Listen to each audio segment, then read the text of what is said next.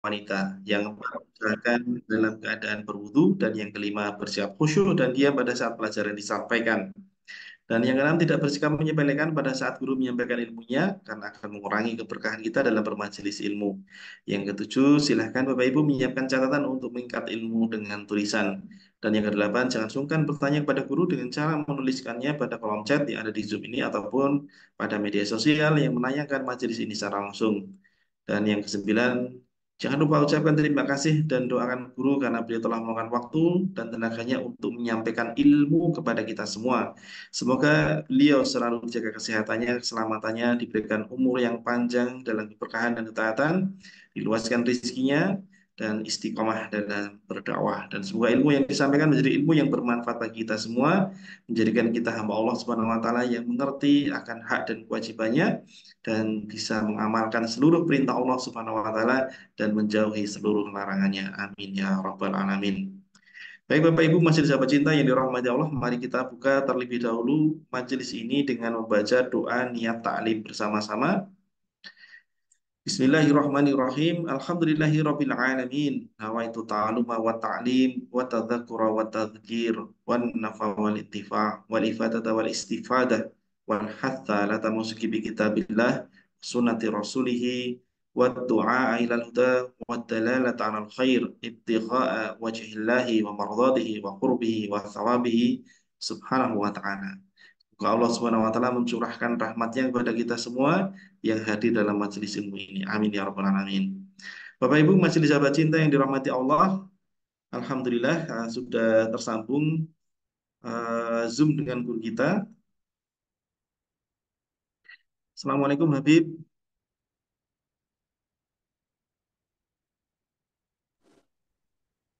Waalaikumsalam warahmatullah.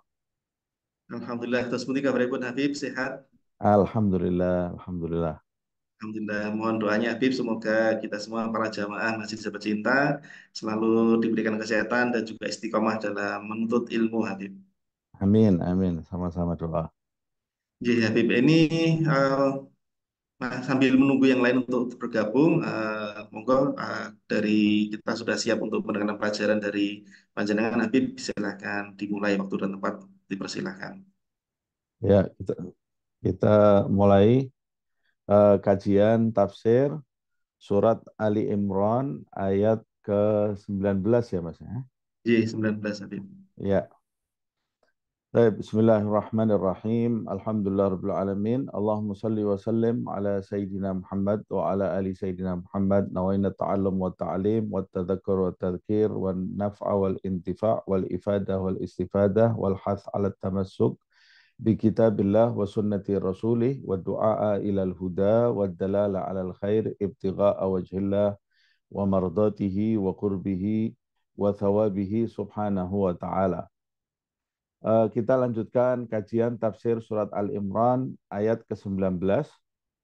Di pertemuan yang lalu kita sama-sama membahas di ayat yang ke-18 firman Allah Subhanahu wa taala, syahidallah annahu la ilaha illa huwa wal malaikatu wa ulul ilmi qa'iman bil qisti la ilaha illa huwal azizul hakim. Allah bersaksi bahwa tidak ada Tuhan melainkan Dia, juga para malaikat dan orang-orang yang berilmu juga menyaksikan yang demikian, dan Dia Allah Subhanahu wa taala menegakkan keadilan yang memuaskan semua pihak.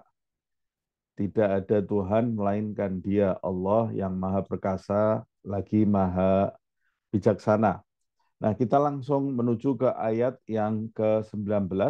Allah Subhanahu wa taala berfirman, "Inna dina indallahil Islam." A'udzu billahi minasyaitonir rajim. Bismillahirrahmanirrahim. Inna dina indallahil Islam. Kata din, sesungguhnya agama itu yang disyariatkan di sisi Allah Subhanahu wa taala adalah agama Islam.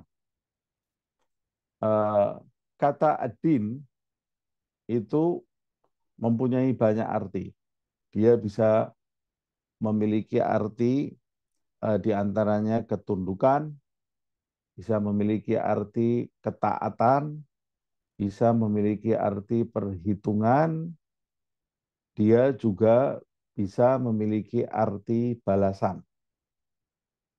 Din itu bisa berarti tunduk, bisa berarti taat, bisa berarti perhitungan. Makanya kata din itu memiliki akar kata yang sama dengan dain. Dain itu artinya hutang. Nah, hutang itu di dalamnya ada perhitungan, dan dain itu juga ada balasan. Ada istilah di dalam bahasa Arab, kama tadinu tudan. Seperti halnya engkau pernah suatu hari engkau berhutang, maka suatu saat pasti engkau akan dihutangi. Ada orang yang berhutang kepadamu. Kama tadinu tudan. Seperti halnya engkau suatu saat engkau pernah melakukan suatu perbuatan, maka nanti perbuatan kamu itu akan dibalas. Bisa bermakna demikian. Makanya agama itu satu akar kata ad-din dengan ad-dain atau hutang. Nah, agama itu berarti ketundukan, ketaatan, perhitungan, dan juga pembalasan. Karena dengan agama, melalui agama itu seseorang akan bersikap tunduk eh, karena dia meyakini sesuatu, maka dia akan menjadi tunduk. Kemudian setelah dia tunduk, maka akan timbul ketaatan. Dia akan melakukan ketaatan di dalam hidupnya karena tunduk kepada sesuatu zat.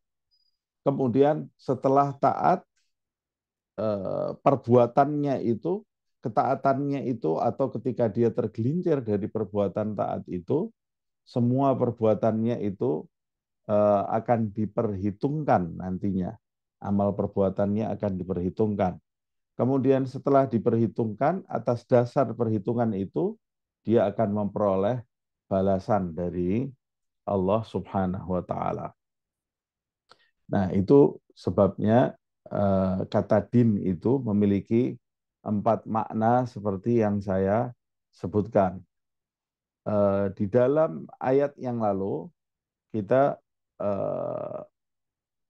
membahas bahwa Allah menegaskan bahwa tidak ada Tuhan, tidak ada penguasa yang memiliki dan mengatur alam semesta ini kecuali Allah Subhanahu wa Ta'ala. Nah, jika demikian, maka ketundukan dan ketaatan kepadanya itu adalah sesuatu yang tidak mungkin dibantah.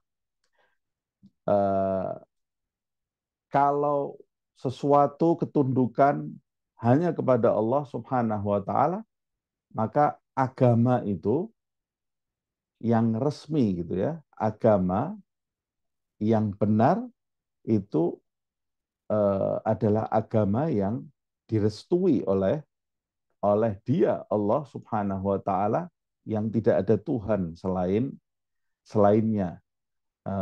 Maka di dalam ayat ini Allah Subhanahu wa Ta'ala berfirman, Inna dina, sesungguhnya agama itu indallah, di sisi Allah Subhanahu wa Ta'ala. Maksudnya agama yang di sisi Allah Subhanahu wa Ta'ala adalah agama yang diresmikan oleh Allah Subhanahu wa Ta'ala, agama yang disyariatkan oleh Allah Subhanahu wa Ta'ala. Setiap orang bisa mengaku agamanya yang benar, karena setiap orang sebetulnya di dunia ini hidup beragama. Setiap orang di dunia ini hidup beragama dalam arti setiap orang di dunia ini memiliki ketundukan, memiliki ketaatan terhadap sesuatu, dan memiliki norma-norma di dalam ketaatannya itu, sehingga mereka akan merasa apa yang dilakukan itu pasti akan mendapatkan balasan. Dari berbagai agama yang diyakini oleh umat manusia, di saat itu, di saat ayat ini turun, dan sampai saat ini, dan sampai seterusnya, Allah Subhanahu wa taala menyebutkan inna dina, sesungguhnya agama yang disyariatkan oleh indallah, di sisi Allah Subhanahu wa taala, al-Islam. Hanyalah agama Islam. Nah, kalau di dalam penafsiran ayat ini mengatakan sesungguhnya agama yang disyariatkan oleh Allah Subhanahu wa taala hanyalah agama Islam. Walaupun sebagian ahli tafsir ada yang mengatakan sesungguhnya agama yang di sisi Allah Subhanahu wa taala adalah agama yang ditandai oleh penyerahan diri seorang hamba yang mutlak kepada Allah Subhanahu wa taala. Sebab jika dikaitkan dengan ayat sebelumnya, syahidallah annahu la ilaha illa huwa wal malaikatu wa ulul ilmi qa'iman bil qisti, maka al-Islam di sini bisa diartikan dengan penyerahan diri yang mutlak kepada Allah Subhanahu wa taala.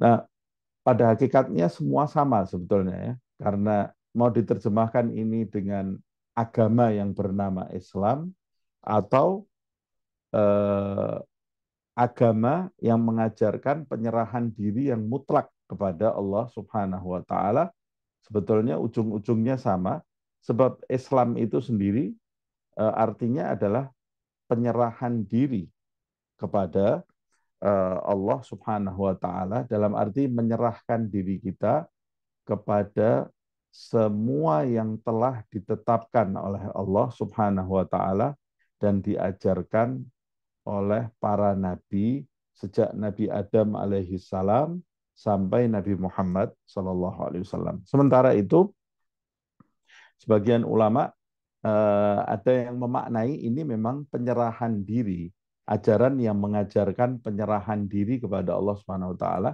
bukan nama agama. Bukan nama agama. Jadi Islam itu sendiri kan, agama Islam itu kan adalah penamaan. Namanya agama Islam, dinamakan dia agama Islam. Tapi ajaran Islam itu sendiri apa?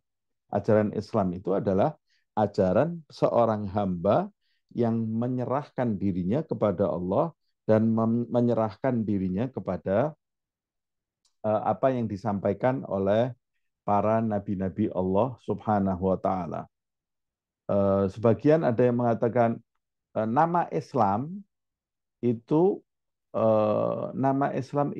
mulai disebutkan di dalam ayat suci Al-Qur'an setelah ajaran penyerahan diri kepada Allah Subhanahu wa taala itu disempurnakan oleh Allah Subhanahu wa taala. Al-yauma akmaltu lakum dinakum wa atmamtu alaikum ni'mati wa raditu lakumul islama dinan. Ada yang menafsirkan nama Islam itu mulai disematkan, diresmikan menjadi nama agama setelah agama itu disempurnakan oleh Allah Subhanahu wa taala. Artinya semua yang disampaikan oleh Rasulullah SAW itu telah disampaikan dalam bentuk syariat, sudah disampaikan semua kepada umat manusia, barulah agama ini disebut sebagai agama Islam. Al-yauma akmaltu lakum dinakum, hari ini telah aku sempurnakan agamamu untukmu, lakum dinakum, al-yauma akmaltu lakum dinakum wa atmamtu alaikum ni'mati, dan aku telah menyempurnakan nikmatku, wa raditu lakum, dan aku telah meridhoi bagi kalian Islama dinan, agama Islam. Islam itu sebagai agama, atau ya agama Islam itu sebagai agama kalian. Sebagian ahli tafsir mengatakan nama Islam itu baru disebut ketika Allah menurunkan ayat tentang kesempurnaan atau penyempurnaan agama ini. Kalau ada nama Islam sebelum turunnya ayat itu, maka Islam itu berarti ajaran yang mengajak pengikutnya untuk pasrah kepada segala perintah Allah dan apa yang dibawa oleh nabi-nabi Allah Subhanahu wa taala. Nah, ajaran ini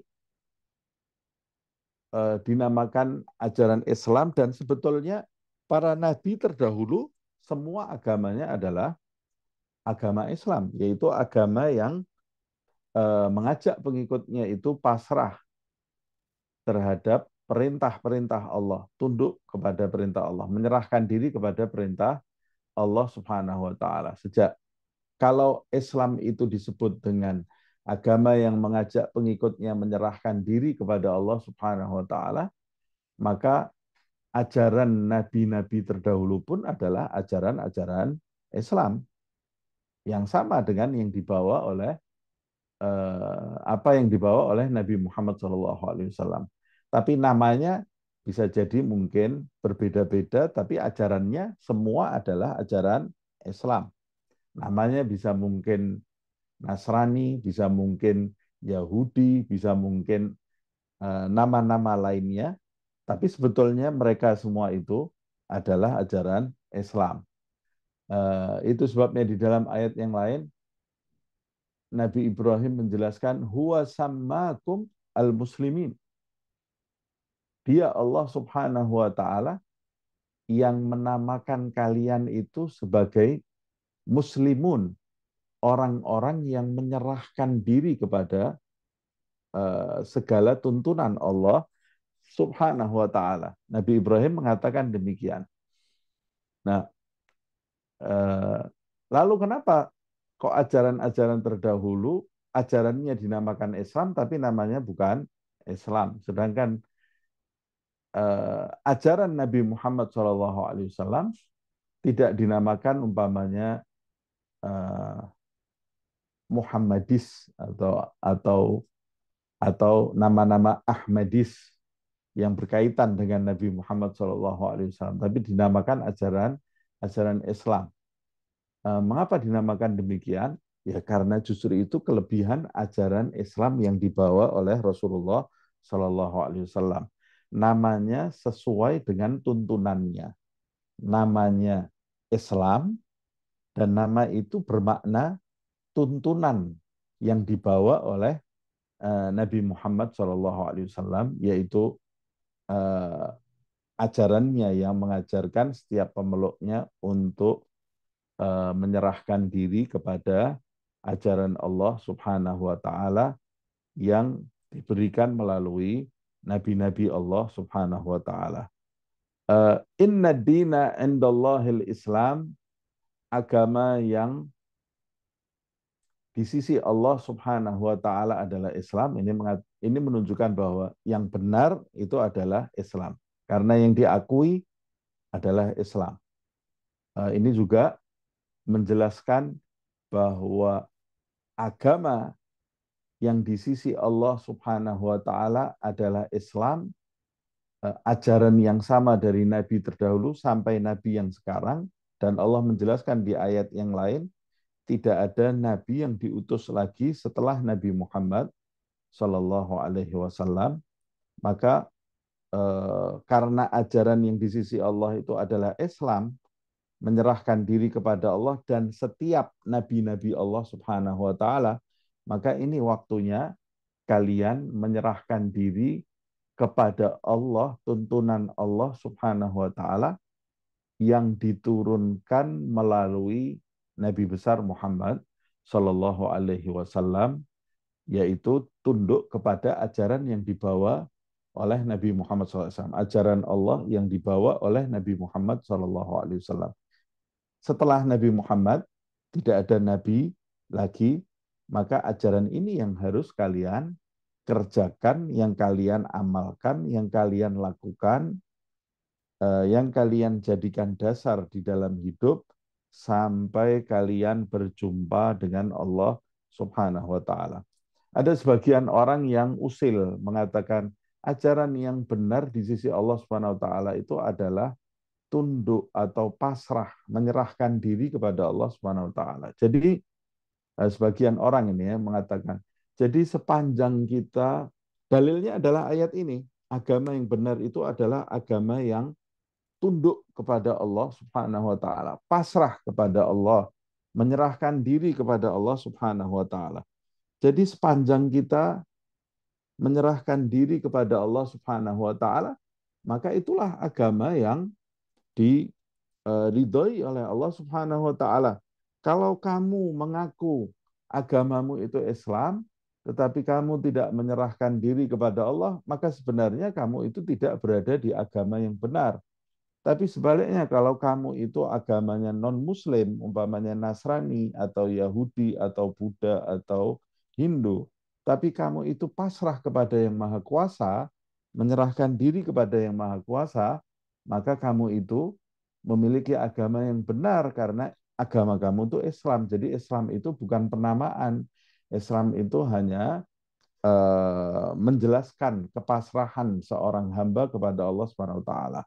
Nah, mulut-mulut usil ini tidak memahami ayat, tetapi dia berdalil dengan ayat. Ini dalil yang berbahaya sekali, sehingga ujung-ujungnya mengatakan semua agama itu benar.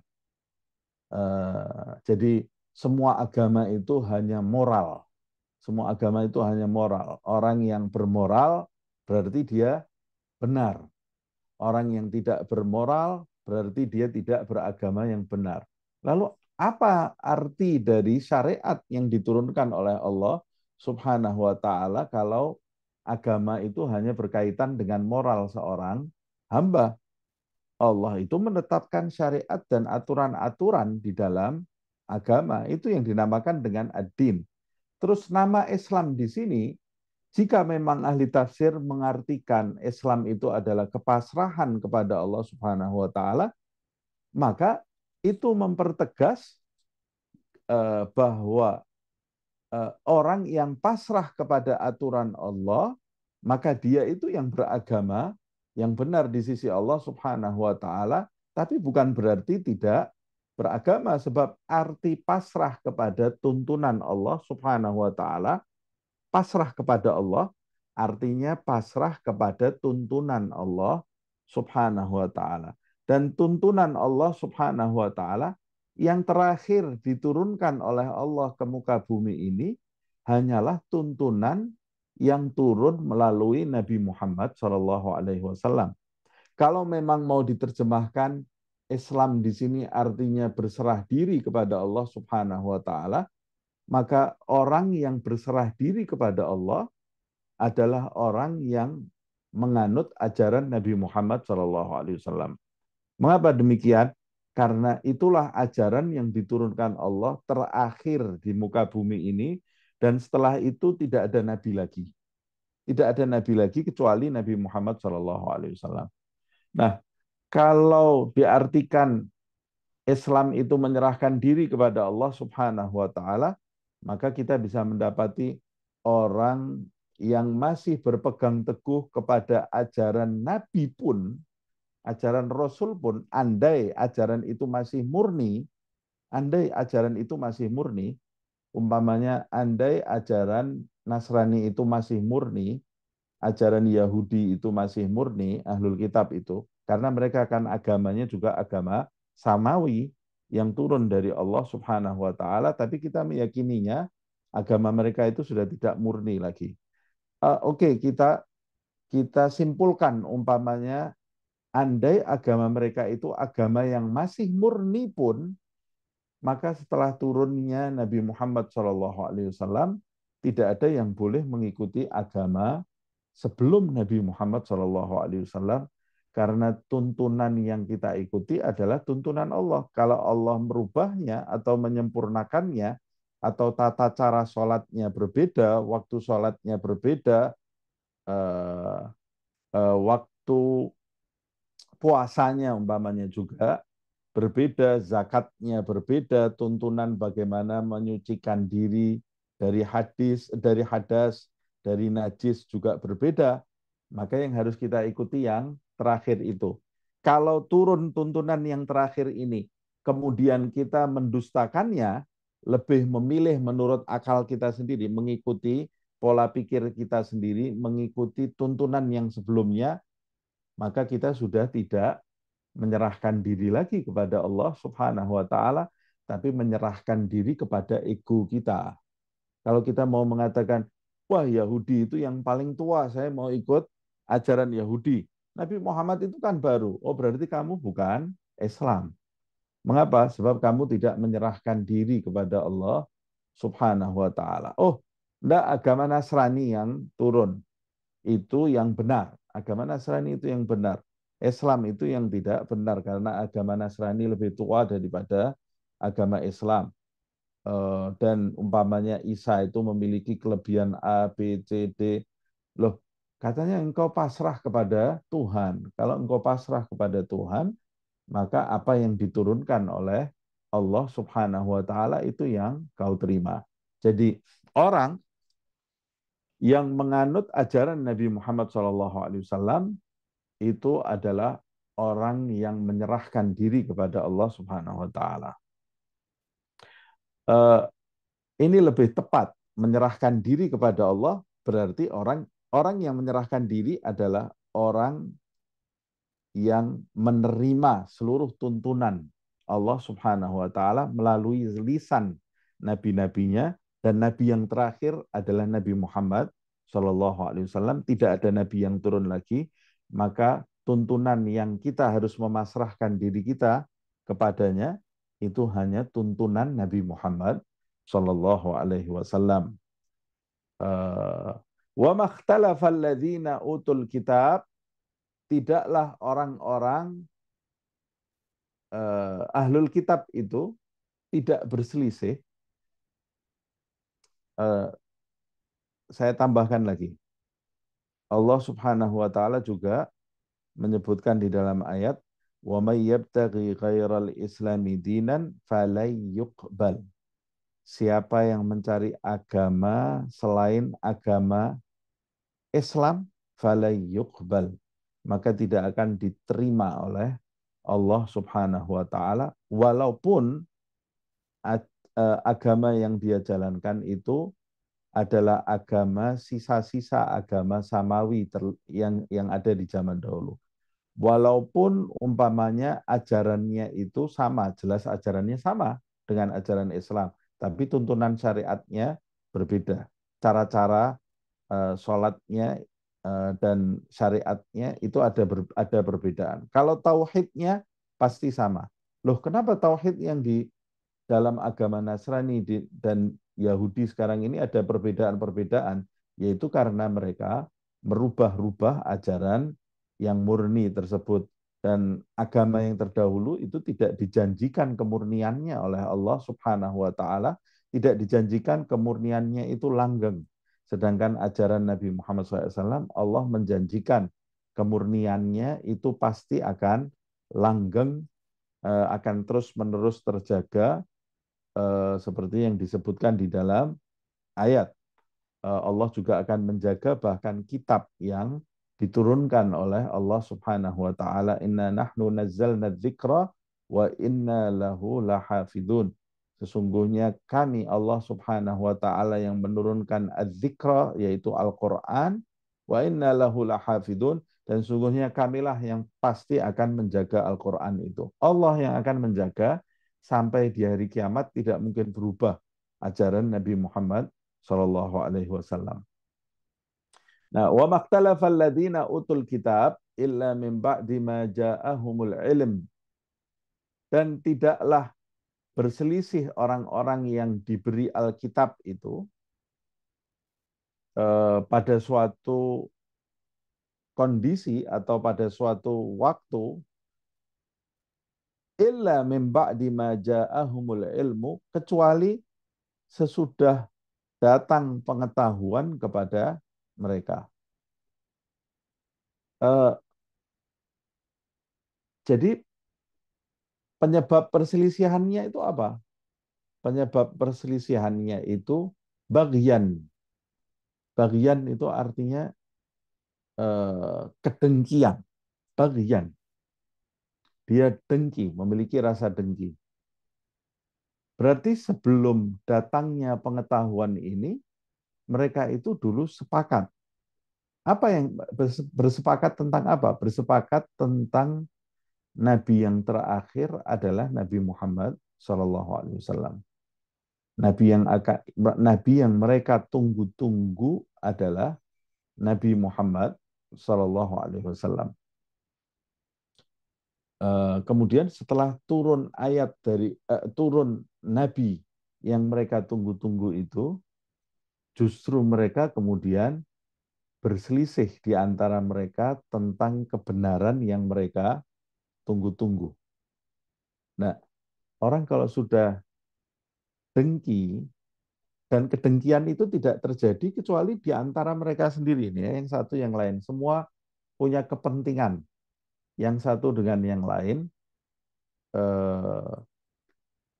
Akhirnya mereka tidak menerima kebenaran.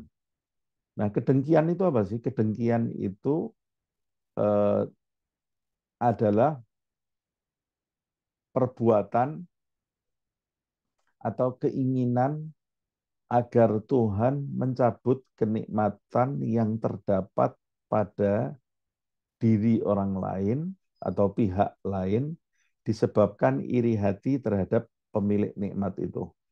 Nah, itu yang namanya kedengkian.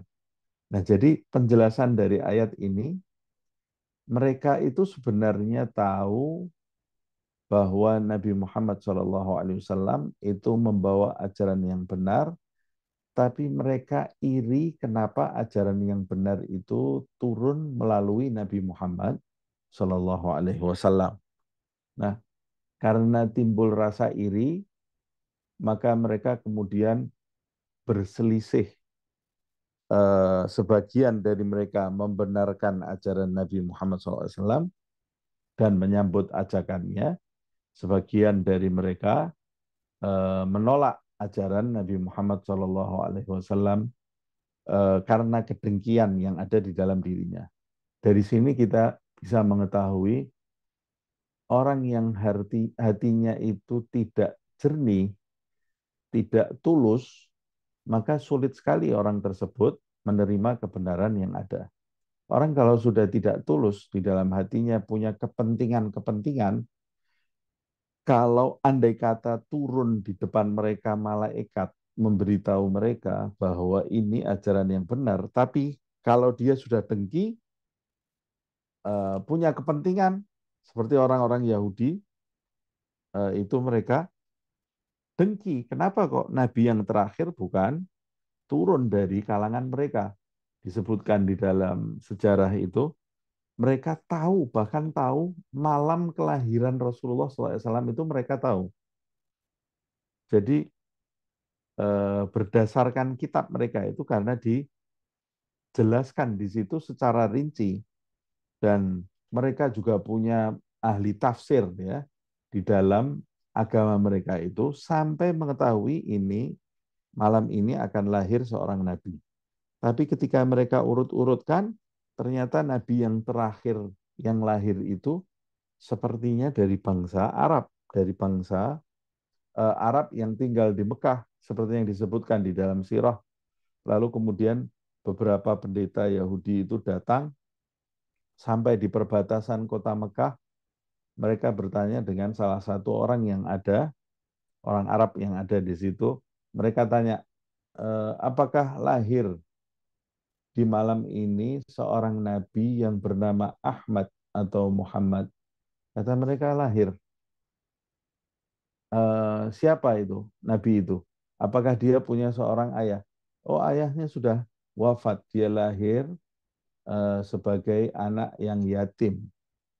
Dan dia adalah cucu Abdul Muthalib. Ditanya apakah dia termasuk keturunan tokoh di antara kalian? Iya, dia keturunan Abdul Muthalib, seseorang yang kami tokohkan.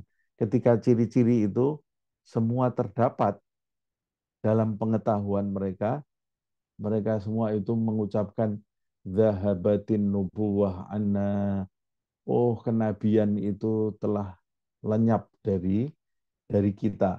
Karena dulu nabi-nabi yang banyak itu karena memang dari golongan Bani Israel gitu ya.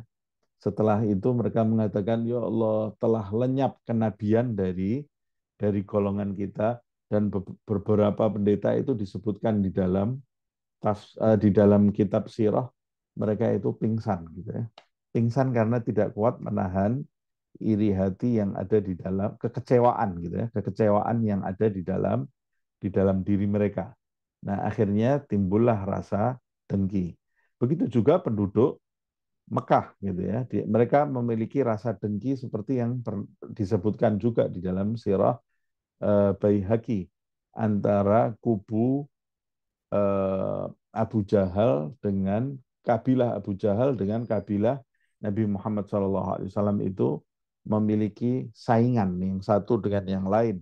Mereka bersaing harus lebih unggul dari kabilah yang lain, tapi ketika muncul dari kabilah Nabi Muhammad Bani Hashim itu seorang nabi, mereka merasa tidak mungkin memunculkan seorang nabi. Ini seperti yang disebutkan di dalam sirah, ya, kitab sirah. Waktu seseorang duduk berduaan dengan Abu Jahal, kemudian orang itu tanya, apakah kamu meyakini Muhammad SAW itu orang yang jujur? Ya, saya yakin. Dia orang yang bisa dipercaya. Iya, dia orang yang bisa dipercaya. Lalu kenapa engkau mendustakan dia sebagai seorang rasul? Nah, akhirnya Abu Jahal itu mengatakan ini antara kita berdua saja. Sesungguhnya aku itu percaya yang diucapkan oleh Muhammad SAW, tetapi kamu tahu antara kabilahku dengan kabilah Muhammad itu bersaing, sudah sejak lama bersaing. Nah, kalau persaingan itu persaingan duniawi, itu kami bisa bisa ikut dalam persaingan itu. Tapi sekarang tiba-tiba muncul di kabilah Muhammad itu, di kabilah Bani Hashim itu seorang yang mengaku dirinya sebagai nabi dan ternyata dia memiliki mukjizat-mukjizat. Nah, lalu bagaimana kita memilih nabi? Kita tidak mampu memilih nabi dari kabilah kita. Nah, makanya tidak ada yang bisa kita lakukan kecuali mendustakan apa yang disampaikan oleh Muhammad Shallallahu Alaihi Wasallam agar orang tidak percaya kalau dia itu nabi. Itu yang dilakukan juga oleh ahlul kitab. Mendustakan apa yang dibawa oleh Nabi Muhammad SAW karena kedengkian yang ada di dalam diri mereka. Nah, kita bisa memetik pelajaran, jadilah orang yang tulus mengharapkan ridha Allah dan hilangkan sifat dengki di dalam diri kita, karena sifat dengki ini di samping merontokkan pahala yang sudah kita lakukan, Rasul Shallallahu Alaihi Wasallam itu bersabda, al-hasad ta'kulul hasanat kamannar ta'kulul hatab. Sesungguhnya rasa iri hati itu atau sifat iri hati itu bisa melalap habis kebaikan yang pernah kita lakukan. Hanya kebaikannya saja loh ya. Kesalahan yang sudah pernah kita lakukan tidak dia lalap habis. Andai kata kebaikan dan kesalahan juga dilalap habis, itu tidak ada masalah. Kesalahannya tetap ada, tapi kebaikan yang sudah kita lakukan itu dilalap habis oleh sifat iri hati.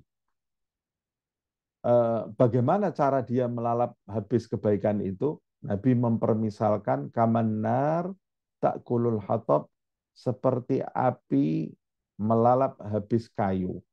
Nah, ini contoh yang sangat luar biasa menurut saya. Kayu itu cepat sekali habis dilalap oleh api. Nah, orang yang memelihara sifat iri hati, kebaikan-kebaikannya itu akan dilalap habis oleh sifat iri hati itu. Nah, yang kedua, sifat iri hati itu menghalangi seseorang dari kebenaran. Kalau kita iri dengan seseorang, bisa jadi orang tersebut itu melakukan sesuatu kebenaran yang harus kita contoh. Tapi kalau kita iri terhadap satu orang, orang tersebut orang baik, kita tidak akan mencontoh orang tersebut. Tertutup tertutup kebaikan, kebaikan dari orang itu tidak bisa mengalir kepada kita. Rahasia Allah yang terdapat di dalam orang itu tidak mungkin mengalir kepada diri kita, karena kita iri terhadap orang itu, kita akan menganggap rendah, menganggap kecil orang tersebut, Nah, orang yang menganggap kecil orang lain, orang yang iri kepada orang lain, maka dia sedang menutup kebaikan antara dirinya dengan orang tersebut. Nah, bagaimana kalau orang yang kita iri kepadanya itu adalah salah satu kekasih Allah Subhanahu wa taala, kita yang rugi. Nah, bahaya sekali orang memiliki sifat iri hati atau sifat dengki. Sifat iri hati dan sifat dengki itu yang kemudian akan mengubah persepsi kita, kemudian akan memandang orang lain dengan pandangan rendah. Ada seseorang yang bertanya kepada eh, Habib Abdullah bin Muhsin Al-Attas itu yang dimakamkan di Empang Bogor. Itu dia memiliki catatan-catatan luar biasa. Ada buku ucapan tentang ucapannya ditulis oleh beberapa muridnya, luar biasa dialog yang terjadi antara dia dengan muridnya. Di antaranya dia menjelaskan tentang memandang orang-orang yang dikasihi oleh Allah, orang-orang yang mulia itu akan mendatangkan kebaikan di dalam hidup kita. Kalau kita bertemu dengan orang yang dicintai oleh Allah Subhanahu wa taala, umpamanya bertemu dengan seorang wali atau dengan seorang yang memiliki kedudukan di sisi Allah Subhanahu wa taala, itu bisa mendatangkan kebaikan di dalam hidup kita. Sebab ketika kita melihat mereka dan mereka melihat kita, itu akan eh, eh, kebaikan yang ada di dalam diri mereka itu akan mempengaruhi jiwa kita, mempengaruhi hati kita, mempengaruhi keyakinan kita, dan bisa meningkatkan kualitas kita di sisi Allah Subhanahu wa taala. Kita melihat mereka dan mereka melihat kita. Nah, beliau mengatakan sama juga seperti sahabat Rasulullah Shallallahu Alaihi Wasallam. Jika orang menyaksikan wali Allah aja bisa meningkatkan kualitas dirinya, bagaimana para sahabat yang setiap hari melihat Nabi Muhammad Shallallahu Alaihi Wasallam dan dilihat oleh Nabi Muhammad Shallallahu Alaihi Wasallam, maka timbullah orang-orang seperti Abu Bakar As-Siddiq, Umar ibn Al-Khattab, Utsman ibn Affan, Ali bin Abi Thalib, dan sahabat-sahabat lainnya. Tapi ada yang menggelitik dalam kitab itu, saya pernah baca, ada salah satu muridnya yang bertanya, wahai Habib, kamu mengatakan penglihatan orang kepada Nabi Muhammad atau kepada para wali itu mendatangkan kebaikan, dan penglihatan Nabi Muhammad atau para wali terhadap dirinya mendatangkan kebaikan. Lalu orang ini bertanya, lalu bagaimana dengan Abu Jahal, Abu Lahab? Dia juga melihat Nabi Muhammad SAW dan dilihat oleh Nabi Muhammad SAW. Tapi kenapa dia tidak mendapat kebaikan itu? Bagaimana dengan orang-orang Yahudi? Bagaimana dengan orang-orang Nasrani? Dia juga bertemu di masa Nabi Muhammad SAW. Dia bertemu dengan Rasulullah SAW. Dan Rasulullah SAW melihat mereka. Tapi kenapa mereka tidak mendapatkan kebaikan? Kemudian dijawab oleh Habib Abdullah bin Muhsin Al-Attas ini, kata dia, pertanyaan kamu ini bagus sekali, kata dia.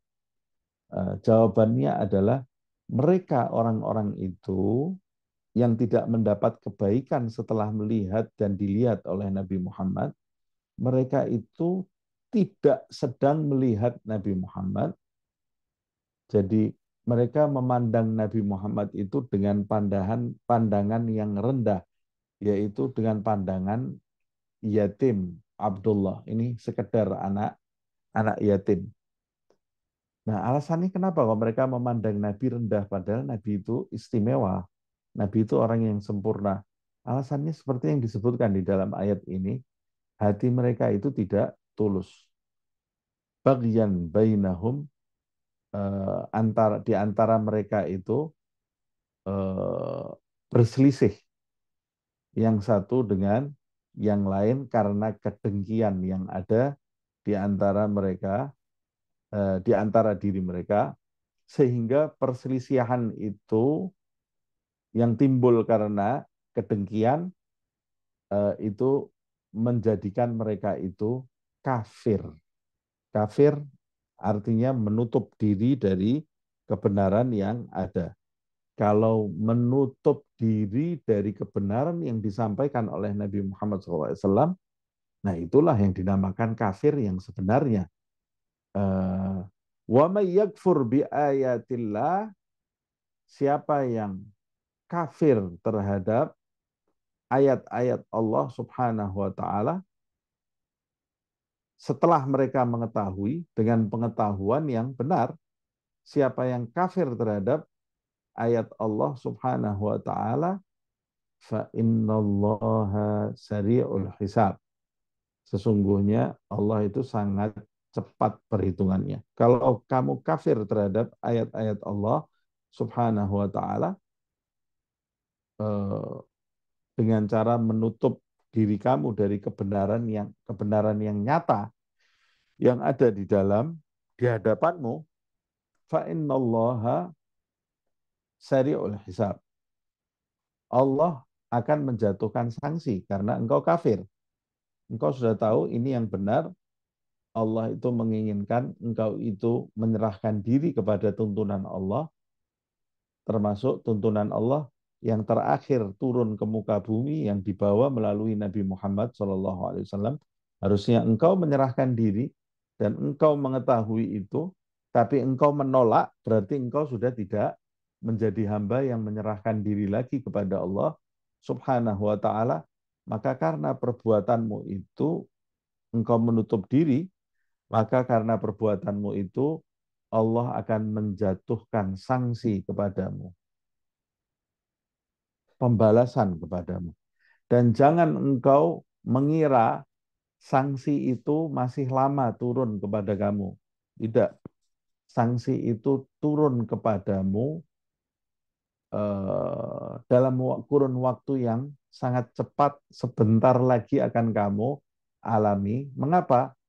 Sebab fa innallaha sari'ul hisab. Karena sesungguhnya Allah Subhanahu wa taala sangat cepat hisabnya, sangat cepat perhitungannya, karena Allah sangat cepat dalam memperhitungkan sesuatu, maka dengan demikian maka sanksi yang dijatuhkan kepada orang-orang yang kafir terhadap ayat Allah Subhanahu wa taala itu sangat cepat sekali. Sesuatu itu kalau cepat diperhitungkan, diaudit gitu ya, diperhitungkan, maka laporannya akan diberikan cepat. Tapi kalau yang mengedit atau mengaudit laporan itu orang yang lamban, terlalu pelan apa namanya dalam mengaudit itu, maka laporannya akan butuh waktu lama baru datang. Nah, nanti hamba itu tidak akan dihukum oleh Allah Subhanahu wa taala atas perbuatannya kecuali setelah ditegakkan keadilan. Karena Allah itu zat yang maha adil. Dia tidak mungkin menghukum hambanya kecuali hamba itu tahu bahwa dirinya itu pantas dihukum. Sebetulnya Allah Subhanahu wa taala itu di antara sifat-sifatnya, selain dia itu maha adil, Allah itu maha jujur. Semua ucapannya, tindakannya, kehendaknya, semuanya itu benar. Tidak mungkin ada yang dusta. Tidak mungkin Allah mengkhianati hamba-hambanya. Tapi karena Allah zat yang maha adil, andai kata Allah langsung menyiksa mereka tanpa melalui hisab, itu hak Allah Subhanahu wa taala. Tapi karena dia itu memiliki sifat yang maha adil, maka dia harus membuat perhitungan dulu. Nah, karena dia harus membuat perhitungan, berarti lama sekali kita berpikir, akan diperhitungkan umur dari mulai kita lahir di dunia sampai kita wafat ada berapa hari yang harus diteliti. Dan catatan malaikat itu banyak. Dan detik demi detiknya nanti akan dihisap oleh Allah Subhanahu wa taala. Dan berapa jumlah umat manusia dari mulai Adam sampai hari kiamat nanti. Berarti nanti kita menunggu balasan Allah ini masih lama sekali. Ini tidak dimaksud di dunia ini, karena dunia memang sebentar. Dunia ini cuma sebentar. Perhitungan itu nanti terjadi di akhirat dan hukuman itu terjadi di akhirat. Nah, nanti waktu akhirat satu harinya 1.000 tahun. Berarti nanti ketika manusia dihisap banyak manusia, berarti lama sekali nanti kita ini tidak dibalas-balas oleh Allah Subhanahu wa taala. Salah. Sebab Allah Subhanahu wa taala itu sangat cepat hisapnya. Setiap orang di antara kalian akan dijatuhi sanksi dalam waktu yang dekat orang-orang kafir. Sebaliknya, orang-orang yang menerima ajakan Nabi Muhammad SAW menyerahkan dirinya kepada agama yang dibawa oleh Nabi Muhammad SAW, maka orang tersebut juga akan cepat mendapatkan pahala kebaikan dari Allah Subhanahu wa taala. Ayat selanjutnya fa'in hajuka, jika mereka itu mendebatmu hai Muhammad sallallahu alaihi wasallam setelah keterangan yang diberikan, setelah bukti-bukti yang disodorkan kepada mereka, pasti sudah jelas sekali apa yang mau disampaikan oleh Rasulullah Shallallahu Alaihi Wasallam. Tapi begitu jelasnya apa yang disampaikan oleh Nabi Muhammad SAW disertai dengan bukti-bukti bahkan dengan mukjizat-mukjizat yang diturunkan oleh Allah untuk menguatkan Nabi Muhammad SAW, tapi masih diketahui juga ada penolakan-penolakan dari mereka, dan penolakan mereka setelah sampai di titik atas penjelasan itu, penolakan mereka ini menjadi tidak logis lagi, tidak logis. Karena orang yang menolak kebenaran itu biasanya alasannya sudah tidak masuk akal lagi. Ketika dia sudah tahu bahwa ini sesuatu yang benar, kemudian dia masih tetap menolak, maka penolakan dia itu sudah tidak logis lagi. Itu sebabnya Allah Subhanahu wa taala berfirman kepada Rasulullah SAW, fa in hajuka, setelah semua ini, kalau mereka masih membantahmu hai Muhammad SAW, masih juga membantah apa yang kau sampaikan, Fakul, katakan kepada mereka, aslamtu wajhiya lillah wa manittaba'ani. Sudah tidak usah jawab-jawaban lagi. Ucapkan kepada mereka, aku menyerahkan wajahku kepada Allah Subhanahu wa taala, dan begitu pula orang-orang yang mengikutiku.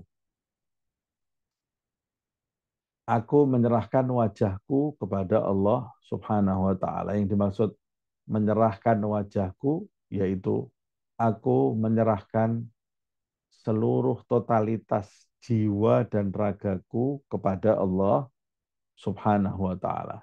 Jiwa dan ragaku aku serahkan kepada Allah. Ini juga maknanya aslam tu al-Islam. Itu agama Islam yang dibawa oleh Nabi Muhammad SAW, agama yang menjadikan pengikutnya itu secara totalitas menyerahkan jiwa dan raganya, menerima segala tuntunan Allah, perintah Allah Subhanahu wa taala. Tapi kenapa yang disebut hanya wajah saja? Ya, sebab wajah itu mewakili seluruh seluruh jiwa dan mewakili seluruh raga. Itu wajah, makanya yang disebut adalah wajah. Jadi maknanya bukan aslam tu wajhiyah, aku serahkan wajahku untuk Allah Subhanahu wa taala, bukan, tapi seluruh diriku. Tapi kenapa yang disebut hanya wajah saja? Ya sebab wajah itu adalah bagian yang menonjol dari sisi luar manusia, itu adalah wajah. Yang pertama, yang paling menggambarkan identitas manusia itu juga wajah. Jadi kalau seseorang itu tertutup wajahnya, pertama, kita tidak mengenal siapa dia. Kalau dia menutup wajahnya, kita tidak akan tahu ini siapa ini orang. Nah, identitas dia itu tertutupi. Tapi sebaliknya, eh, kalau wajahnya tertutup, kalau seluruh badannya tertutup, tapi wajahnya terbuka, ya kita kenal siapa dia. Tapi sebaliknya, kalau wajahnya saja yang ditutup, seluruh badannya terbuka, ya kita tetap tidak kenal ini siapa dia. Makanya orang kalau mau mencuri kan yang ditutup pertama adalah wajahnya pakai topeng, karena wajah itu adalah sesuatu yang paling menonjol di dalam diri manusia. Begitu juga eh, di wajah itu menggambarkan sisi dalam manusia. Sisi dalam manusia itu terlihat di dalam wajah. Saat dia senang, saat dia bergembira, saat dia itu ceria, terus tersenyum, dia akan selalu tersenyum kan. Orang orang kalau gembira, bahagia itu terlihat di wajahnya, dia tersenyum. Kemudian mimik wajahnya, perubahan di mimik wajahnya itu akan terlihat.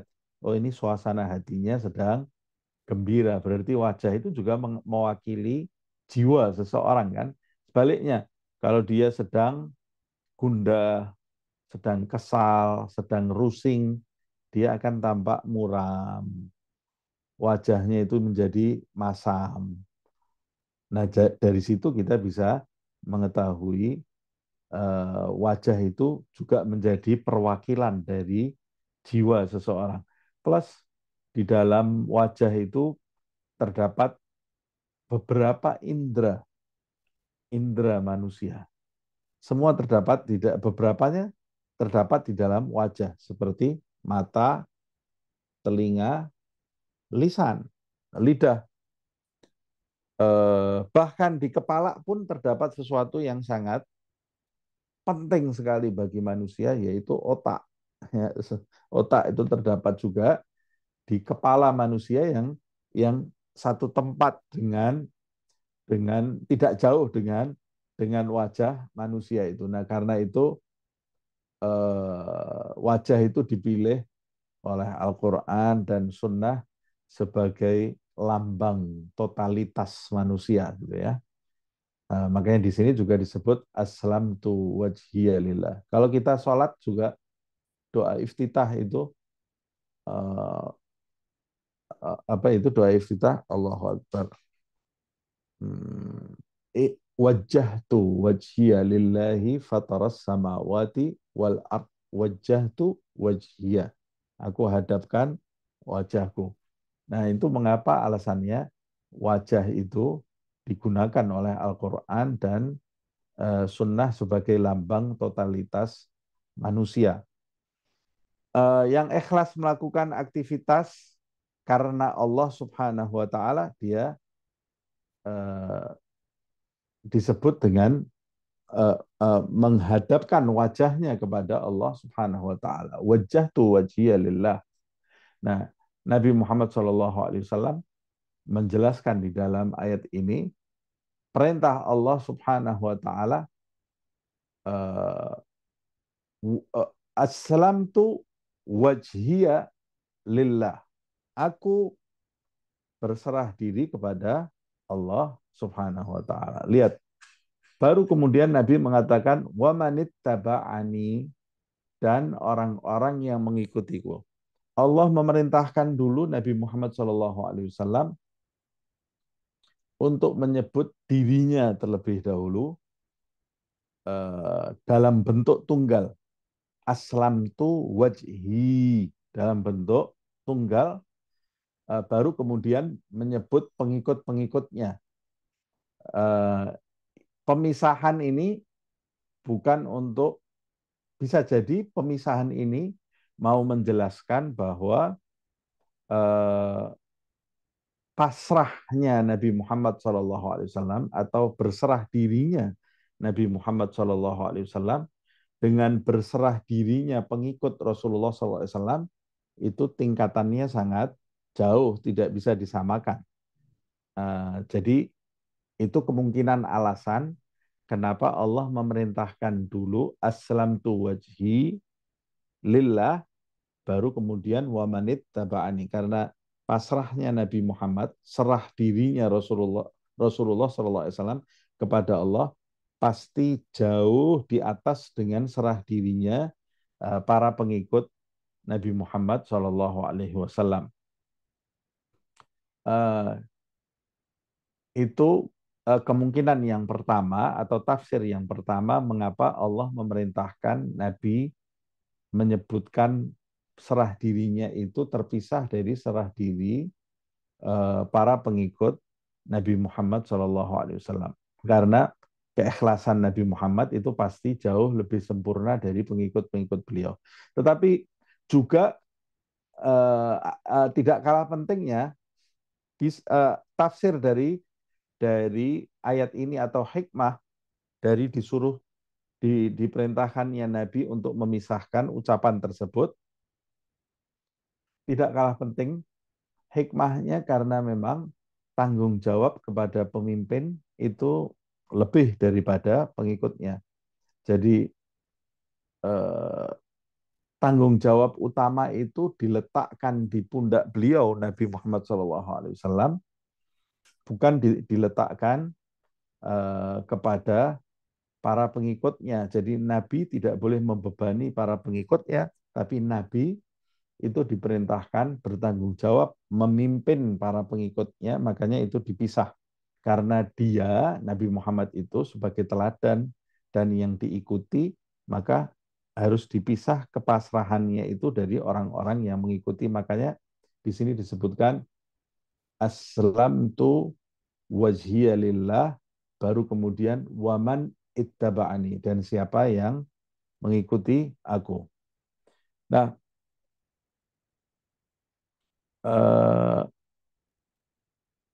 kemudian selanjutnya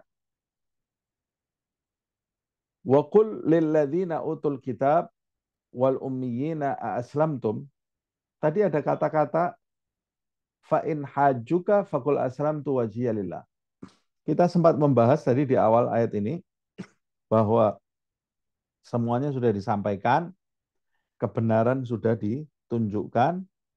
Kalau mereka mau mendebat lagi, ya berarti sudah tidak logis perdebatan mereka, maka cukup kamu jawab, aku menyerahkan diri kepada Allah juga para pengikutku.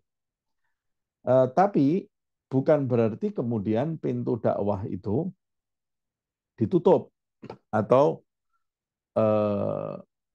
bukan berarti kemudian putus hubungan dengan orang-orang kafir itu. Allah masih membuka pintu hubungan dengan mereka. Allah Subhanahu wa taala masih tetap menunggu mereka kalau mereka itu sadar. Wa qul lil ladzina utul kitab wal ummiyin. Dan katakan, hai Muhammad sallallahu alaihi wasallam, kepada orang-orang yang diberi kitab dan juga orang-orang yang ummi. Maksudnya orang-orang yang ummi ini adalah penduduk Mekah ini ya. Ada yang menafsirkan orang-orang yang ummi yaitu orang-orang yang tidak mendapat kitab dari Allah Subhanahu wa taala. Yang mendapat kitab adalah orang-orang Yahudi dan Nasrani. Katakan kepada mereka, kepada orang-orang Yahudi dan Nasrani yang belum mau menerima ajaranmu. Juga kepada orang-orang yang ummi. Ada yang menafsirkan orang-orang yang ummi adalah orang-orang yang tidak mendapat kitab.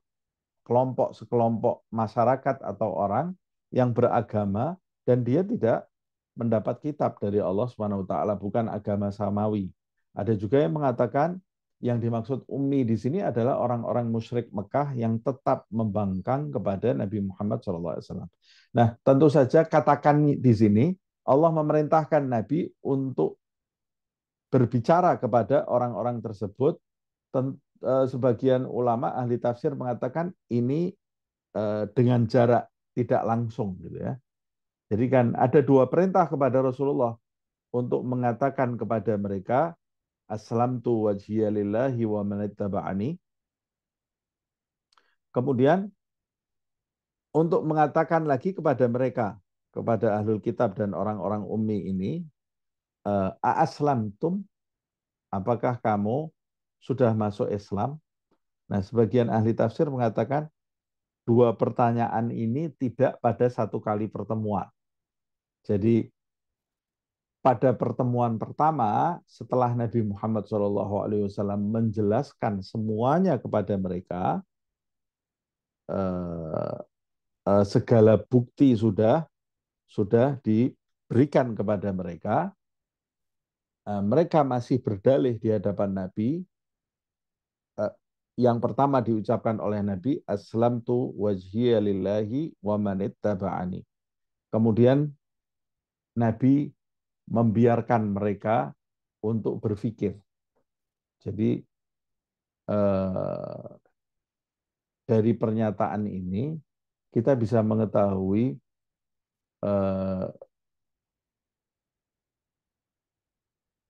optimis itu penting sekali gitu ya.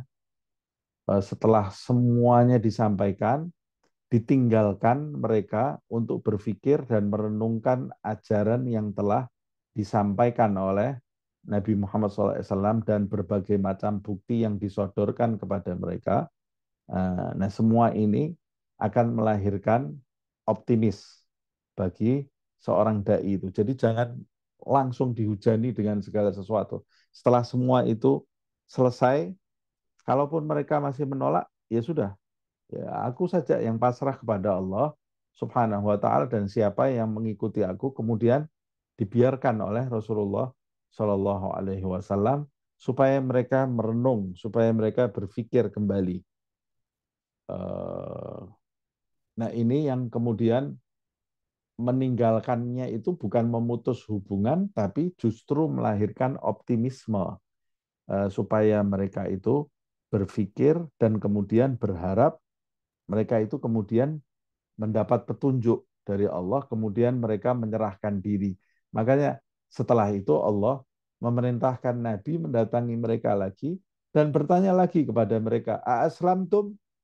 Apakah kamu sudah masuk Islam?" Artinya sudah kamu renungkan apa yang telah aku sampaikan kepada kalian.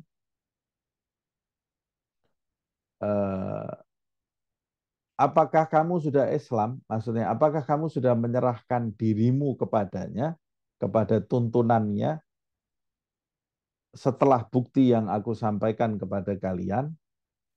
Nah, jika mereka telah menyerahkan diri, Allah mengatakan, fa'in aslamu. Nah, jadi pertanyaan aslamtum itu mau tahu kesimpulan mereka itu seperti apa, gitu ya. Setelah semua yang dijelaskan kepada mereka, mereka sudah menjadi pengikutnya Nabi Muhammad atau tidak? Apa pengikutnya Nabi Muhammad? Aslamat, aslamtu wajhiya lillah. Menyerahkan diri kepada Allah Subhanahu wa taala secara total. Nah, orang yang mengikuti Nabi Muhammad kan tadi dijelaskan, dia juga ikut menyerahkan diri kepada Allah secara total. Lalu Nabi bertanya, "Aslamtum, apa kamu sudah sama seperti aku dan para pengikutku menyerahkan diri kepada tuntunan Allah Subhanahu wa taala?" Kemudian Allah Subhanahu wa taala berfirman, "Fa in aslamu," kalau mereka itu ikut menyerahkan diri seperti engkau, hai Muhammad SAW, serupa denganmu dan serupa dengan pengikut-pengikutmu, kalau mereka sudah menyerahkan diri, faqad ihtadau, faqad ihtadau, faqad ihtadau. Maka sesungguhnya mereka itu telah mendapatkan petunjuk. Petunjuk dari Allah Subhanahu wa taala. Artinya itu jalan yang benar.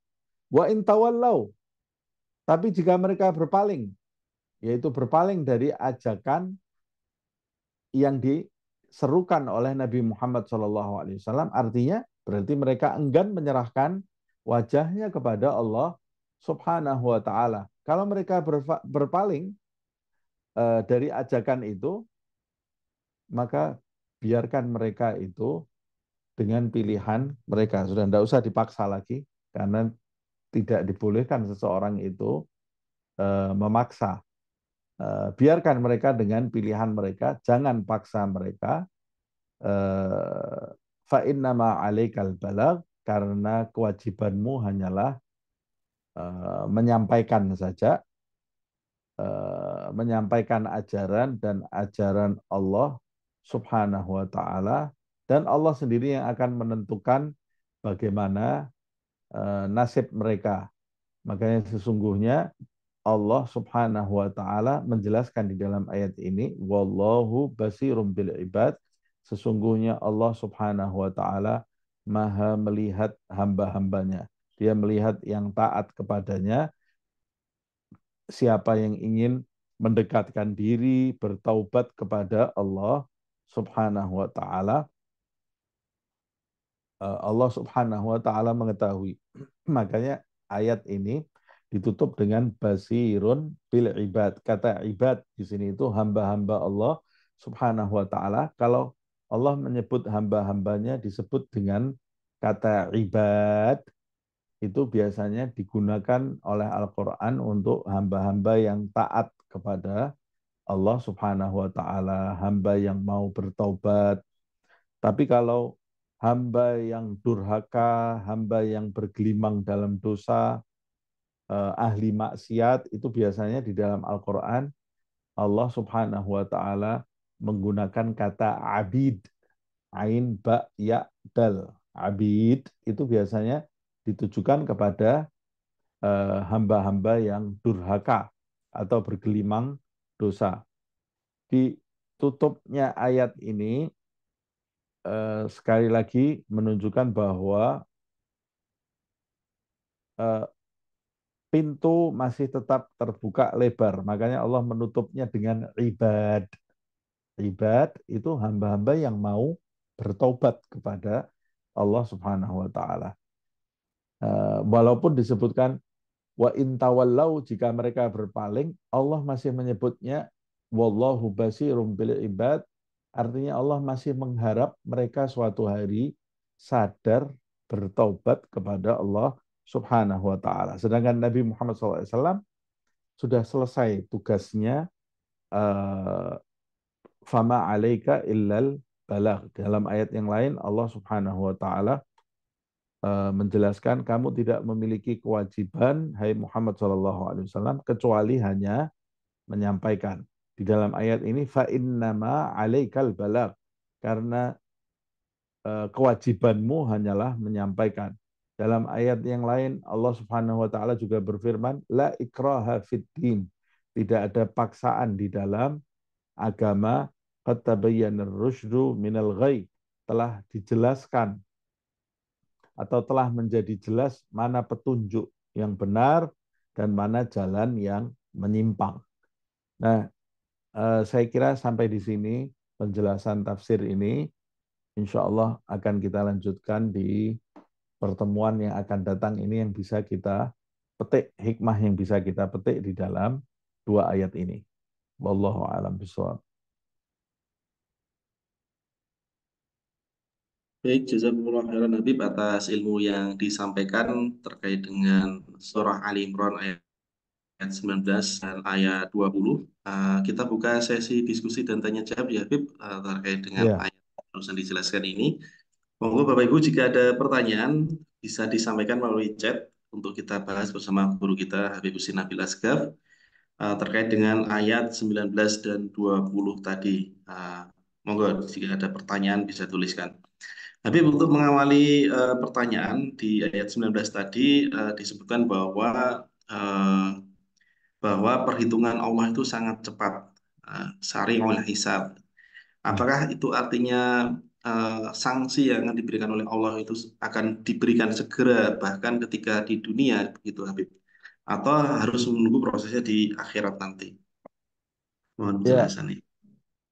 sanksi itu diberikan Allah Subhanahu wa taala nanti. Ini yang dimaksud di dalam ayat ini adalah sanksi yang akan diberikan oleh Allah Subhanahu wa taala nanti di akhirat. Bukan berarti Allah Subhanahu wa taala tidak pernah membalas hambanya di dunia ini. Tapi memang balasan itu adanya di akhirat. Kalau hukuman itu ditimpakan di dunia ini, berarti hukuman yang tersisa sebagai balasan mereka itu di akhirat itu masih lebih besar daripada di dunia ini. Jadi kadang-kadang karena manusia itu melampaui batas, biasanya ada kata-kata melampaui batas di dunia ini, kadang-kadang hukuman yang di akhirat yang harusnya turun di akhirat itu sampai tumpah ke dunia ini gitu ya. Dia mendapat balasan di dunia ini. Tapi balasan yang ada di dunia ini sebetulnya tidak ada artinya apa-apa dibanding dengan balasan yang mereka dapat nanti di akhirat. Begitu juga ketika di alam barzah. Di alam barzah mereka sudah mendapat setitik balasan dari Allah Subhanahu wa taala karena mereka kembali tidak dalam keadaan yang baik. Tapi yang dimaksud di dalam ayat ini adalah balasan di api neraka Allah Subhanahu wa taala. Itu hukuman yang sebenarnya nanti yang akan dialami oleh orang-orang yang menolak tuntunan Allah Subhanahu wa taala. Dan tentunya balasan yang di neraka itu tidak akan dijatuhkan oleh Allah kepada seorang hamba sebelum Allah menghisapnya terlebih dahulu. Kalau mau diumpamakan seperti orang yang di barzah, loh, terus kenapa orang yang di barzah itu sudah mulai mendapat siksa? Ya kalau mau diumpamakan seperti pencuri atau pelaku kejahatan yang sudah ditangkap oleh polisi tapi belum diadili, kan dia belum dijatuhkan sanksi gitu ya. Tapi dia sudah ada di penjara dulu atau belum? Sudah ada di penjara dulu dia. Ya, makannya, jatah makannya sudah tidak menyenangkan, dia tidak bisa pergi kemana-mana, terpenjara dia. Begitu juga dia tidak bisa menjumpai keluarganya, hidupnya menjadi tidak nyaman, padahal itu kan belum dijatuhi sanksi. Sanksinya setelah dia diadili. Nah, umpamanya kalau mau diumpamakan seperti itulah. Nanti di alam barzah, itu orang sudah mulai terkena, orang yang buruk sudah mulai terkena hal-hal yang tidak menyenangkan di alam barzah itu. Makanya tempatnya orang-orang kafir disebut dalam surat Al-Mutaffifin itu sijjin. Sijjin itu kan satu akar kata dengan penjara. Itu penjara bagi orang-orang kafir yang belum diadili oleh Allah Subhanahu wa taala. Kapan diadilinya? Nanti setelah hari kebangkitan.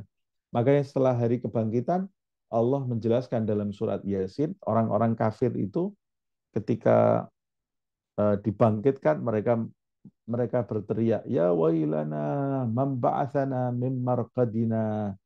Duhai celaka kami ini, siapa yang membangkitkan kami dari alam kubur? Loh, padahal di alam kubur itu mereka sudah terpenjara.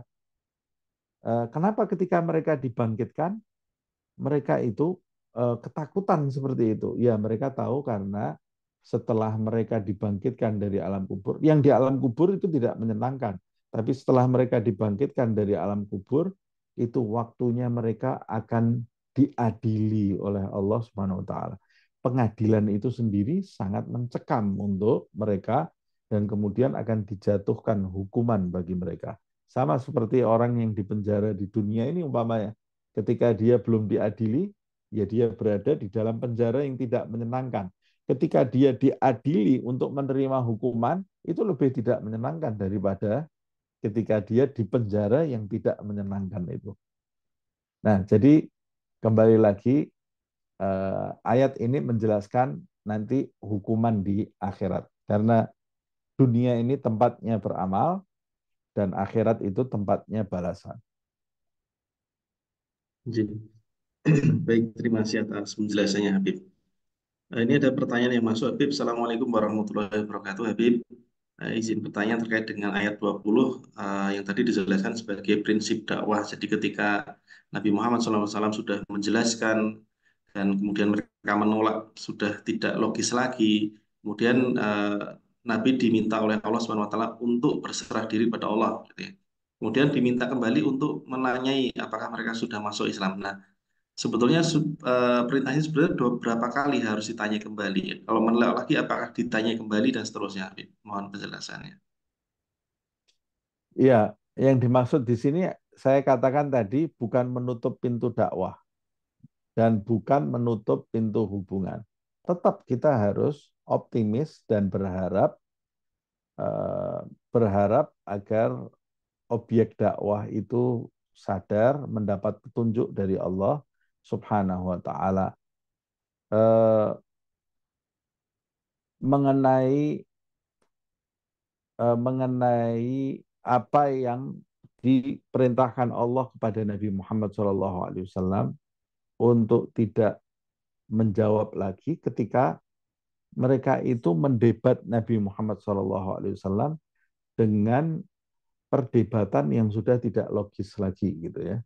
Tidak logis lagi itu ya tidak ada hubungannya dengan kebenaran yang dibawa oleh Rasulullah Shallallahu Alaihi Wasallam. Umpamanya ini salah satunya ya, mereka itu mengatakan kepada Nabi Muhammad SAW, oh pengikut kamu itu kok banyak orang-orang miskin, kok banyak orang-orang miskin di antara pengikut kamu.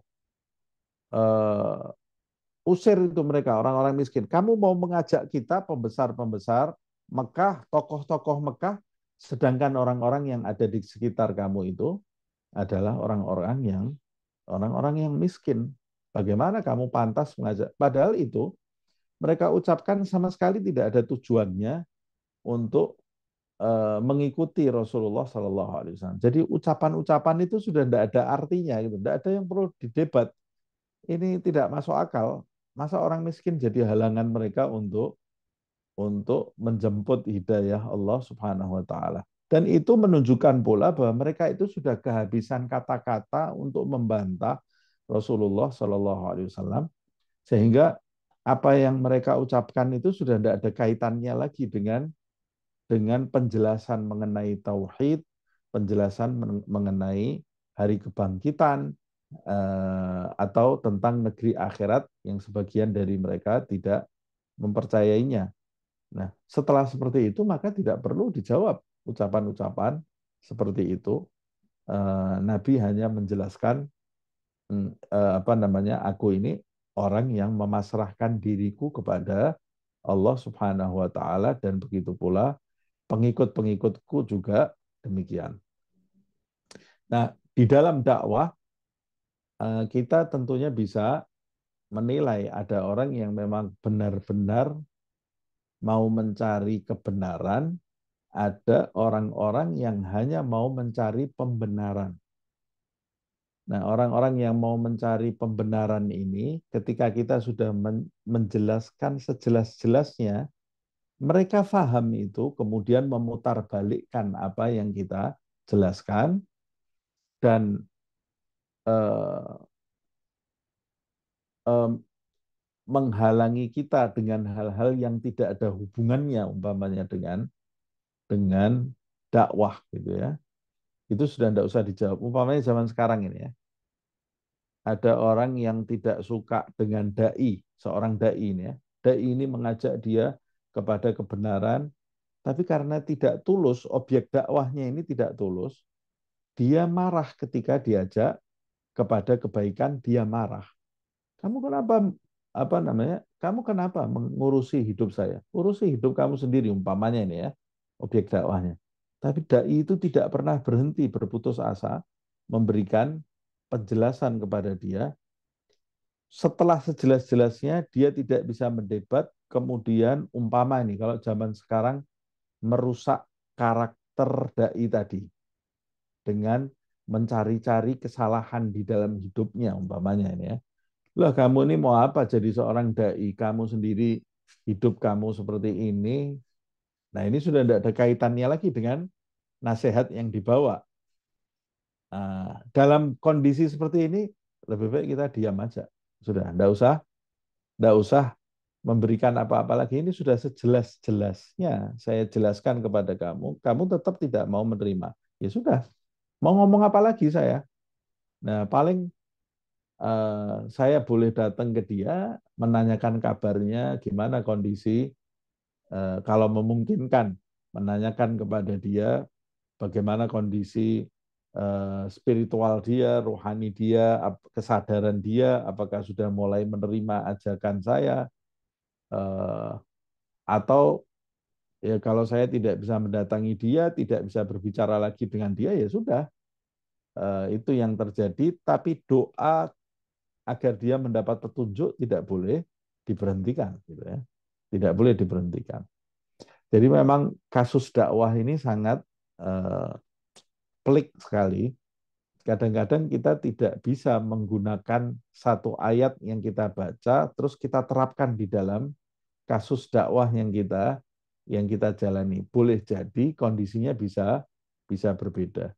Tapi kalau kondisinya memang orang ini sudah benar-benar dijelaskan sampai sejelas-jelasnya, dia menolak kebenaran tadi dan mulai aneh-aneh dalam mendebatnya, ya sudah cukup gitu ya, buat dia itu cukup gitu.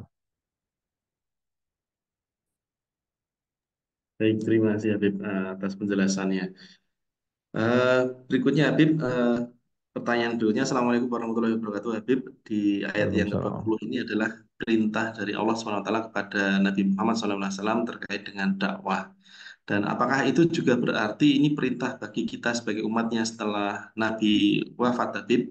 Maka itu juga melanjutkan misi Nabi tersebut untuk berdakwah dengan metode yang seperti yang disebutkan di dalam ayat ini atau seperti apa? Mohon penjelasannya. Ya, pertama, apakah umat Nabi Muhammad SAW itu punya kewajiban dalam beramar ma'ruf dan bernahi mungkar? Ya, punya kewajiban dalam beramar ma'ruf dan bernahi mungkar. Itu jelas sekali. Dalam ayat juga ditulis kuntum khaira ummatin ukhrijat linnas ta'muruna bil ma'ruf wa tanhauna 'anil munkar. Kalian ini adalah sebaik-baik umat yang dimunculkan Allah di tengah umat manusia. Ciri-cirinya kalian memerintahkan kepada yang ma'ruf dan mencegah dari perbuatan mungkar. Nabi juga mengatakan balighu anni walau ayah, sampaikan dari aku walaupun satu ayat. Nabi juga bersabda, man ra'a minkum mungkaran falyughayyirhu. Siapa di antara kalian yang melihat kemungkaran maka hendaklah dia merubah kemungkaran tadi. Ini perintah wajib ini ya. Falyughayyirhu. Falyughayyirhu biyadih, dengan tangannya. Fa in lam yastati' fa bilisani. Jika tidak mampu dengan tangannya, maka dengan lisannya. Fa in lam yastati' fa biqalbih wa hiya ad'aful iman. Kalau dengan lisannya dia tidak mampu, maka merubah dengan hatinya, yaitu mengingkarinya, dan itu adalah selemah-lemah iman. Dari situ kita bisa mengetahui bahwa perintah dakwah itu wajib bagi setiap umat yang menyaksikan kemungkaran, gitu ya. Walaupun ada sebagian ulama yang mengatakan itu fardu tapi fardu kifayah. Artinya kalau di dalam satu keburukan, di dalam satu tempat, umpamanya saya berada di dalam satu kampung, di kampung itu ada keburukan, kemudian ada satu orang yang mengingatkan, maka gugur kewajiban bagi orang-orang Islam yang lain untuk mengingatkannya. Tapi kalau di dalam rumah tangga kita, ya antara suami istri gitu ya. Kalau punya anak, anaknya melakukan kemungkaran, ya berarti antara bapak atau ibu ini wajib mengingatkan anaknya. Atau kalau pasangan hidupnya yang melakukan kemungkaran, berarti dia yang harus mengingatkan. Kalau enggak, siapa lagi yang bisa mengingatkan gitu ya. Jatuh kewajibannya pada dirinya. Nah, kalau cara cara dalam beramar ma'ruf nahi mungkar atau cara dalam berdakwah, itu caranya bukan hanya yang dijelaskan di dalam ayat ini saja. Banyak ayat-ayat Al-Quran yang menjelaskan Nabi Muhammad SAW bagaimana cara berdakwah. Jadi ayat ini hanya salah satu metode dalam berdakwah. Makanya saya katakan tadi, mungkin kondisi yang disebutkan di dalam ayat ini itu tidak sama dengan kondisi yang kita alami di zaman ini. Tapi pada pada intinya di dalam satu ayat, eh, Allah Subhanahu wa taala menjelaskan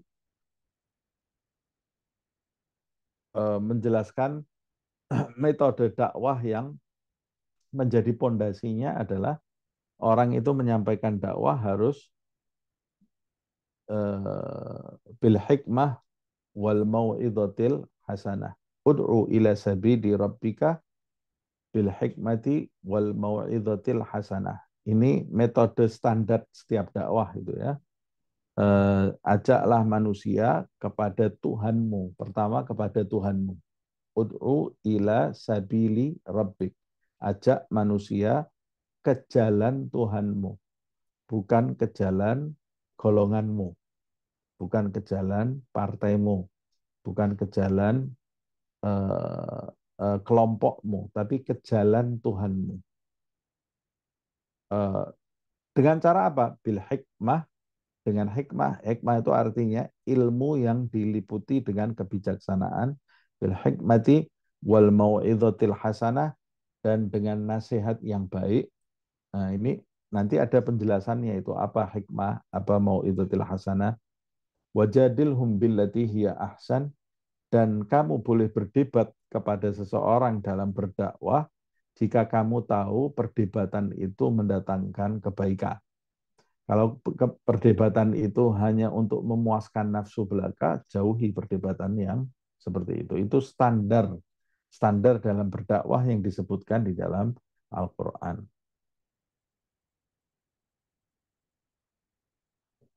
Ya, Habib, matur nuwun dari atas penjelasannya ini.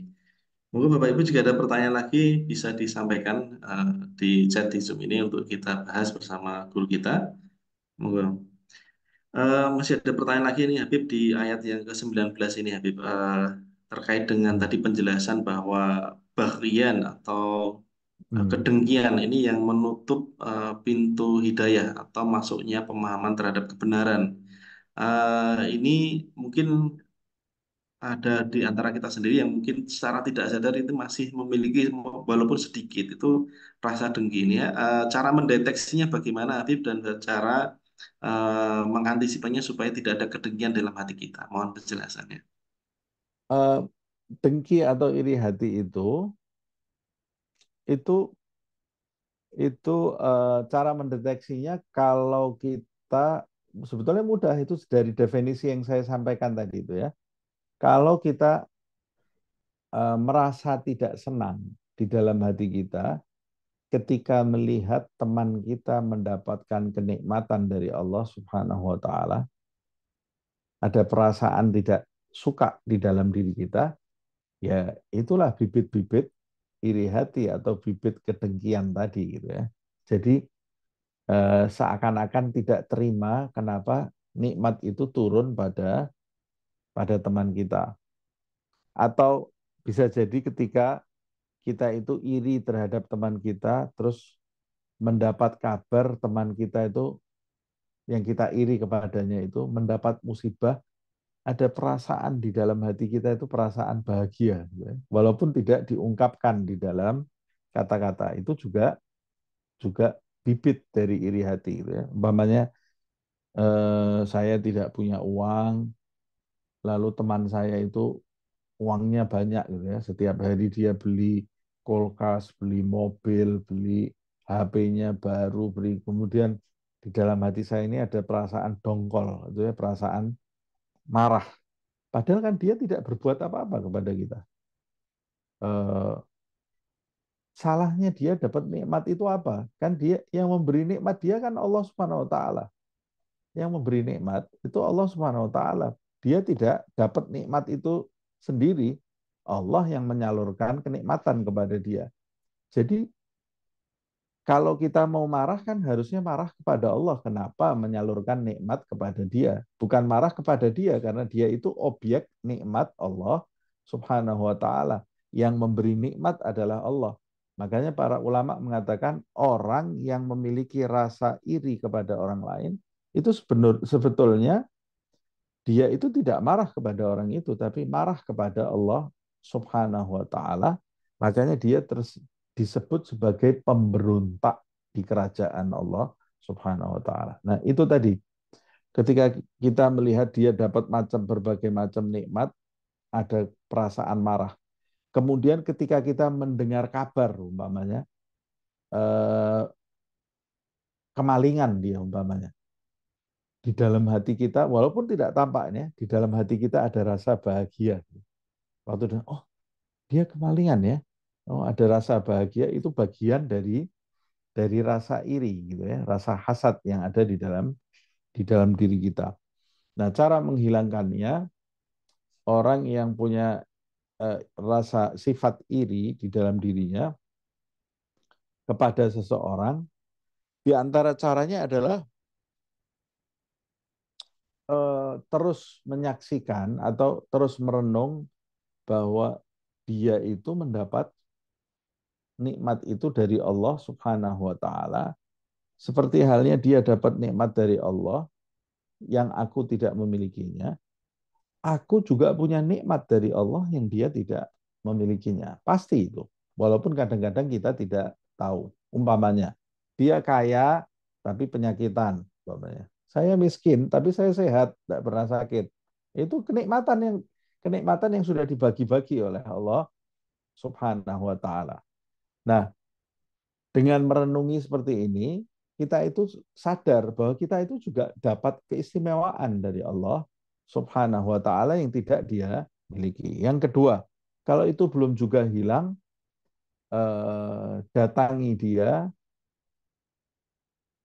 bantu ulurkan tenaga kita atau apa yang kita miliki untuk membantu dia supaya semakin kita iri, semakin kita bantu dia, semakin kita tolong, semakin kita dekati. Kalau belum hilang juga, ya terus deketi. Sampai nafsu kita itu betul-betul jera, sehingga tidak punya rasa hasad. Begitu juga yang membantu, yang ketiga adalah mendoakan. Kalau umpamanya kita iri lihat dia pulang bawa HP, kita angkat tangan, ya Allah, jadikan HP-nya ini berkah, jadikan HP-nya bermanfaat untuk dia, jaga dirinya dari hal-hal yang buruk, jaga dirinya dari hal-hal yang tidak engkau ridhoi. Doakan orang yang kita hasad kepadanya itu nanti lama-lama akan terkikis di dalam hatinya sifat iri hati itu. Saya kira itu ya. Iya, Habib. Terima kasih atas penjelasannya. Satu lagi terkait dengan hasad ini, apakah kalau kita dengki tapi kepada orang kafir itu termasuk juga dengki ini, Habib? Tetap tidak boleh, mohon penjelasannya. Iya, sama saja. Karena dengki itu tidak harus kepada orang yang beriman. Dengki terhadap orang yang tidak beriman pun itu tidak diperbolehkan. Menurut saya dengki kepada orang yang tidak beriman itu ya justru itu dengki yang paling buruk sekali buat saya. Kenapa? Sebab orang yang tidak beriman itu punya kelebihan apa kok kita sampai dengki kepada dia gitu ya. Kita ini yang punya agama Islam dapat petunjuk dari Allah Subhanahu wa taala, kita lebih kaya jauh daripada dia. Kenapa kita kok bisa sampai iri hati kepada orang yang tidak beriman kepada Allah Subhanahu wa taala? Justru seharusnya kita merasa kasihan. Kenapa dia belum beriman kepada Allah? Iya, tapi dia hidupnya kaya, sekaya-kayanya dia adalah orang miskin yang kemiskinannya tertunda gitu ya. Nanti suatu kali dia menjadi orang yang paling miskin di dunia. Semiskin-miskin kita di dunia ini, ketika kita memeluk agama Islam, maka kita ini orang kaya yang tertunda. Nanti kita akan menjadi orang kaya raya ketika kita kembali kepada Allah Subhanahu wa taala. Jadi harusnya tidak boleh kita iri hati terhadap orang-orang non Muslim gitu ya, harusnya menjadi kasihan terhadap mereka. Tapi kalau saya iri hati juga terhitung ya, terhitung juga gitu ya.